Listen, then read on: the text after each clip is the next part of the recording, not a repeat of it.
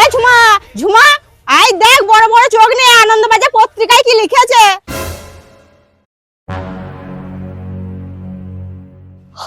হে ভগবান, এই ভর দুপুর বেলা একটু শান্তি করে ঘুমোতেও পাবো না। ঠিক বলেছো। এই তুই আমাকে ভর দুপুর বেলায় খবরের কাগজ পড়াতে আসছিস? হ্যাঁ হ্যাঁ হ্যাঁ, তোকে কাগজ পড়াতে এসেছি, আর 100 বার পড়াবো। তার কারণ হচ্ছে এই কাগজে যা লেখা আছে তোকে সেটা জানা বা শোনার অবশ্যই দরকার। আরে বাপ রে।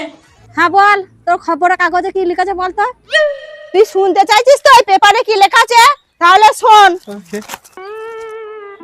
মদ খাওয়া অত্যন্ত মারাত্মক নেশা।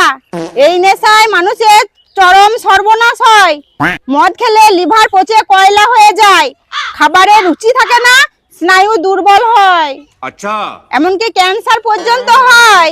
অতিরিক্ত মদ খেলে মানুষ দিন দিন পঙ্গু ও দুর্বল হয়ে পড়ে, মেজাজ খিটখিটে হয়, সংসারে অশান্তি হয়, নিত্য কলহল ঝগড়া লেগেই থাকে। আরে বাপ রে। পকেটে ফুটো পয়সাও থাকে না, তীব্র অভাব দেখা দেয়। আর অতএব মদ খাওয়া বন্ধ করা মানুষের অবশ্যই কর্তব্য। সে কি বলছি রে কল্পনা, এই খবরের কাগজে আজকাল আবার এসব লিখছে? তবে আর বলছি কি রে ঝুমা,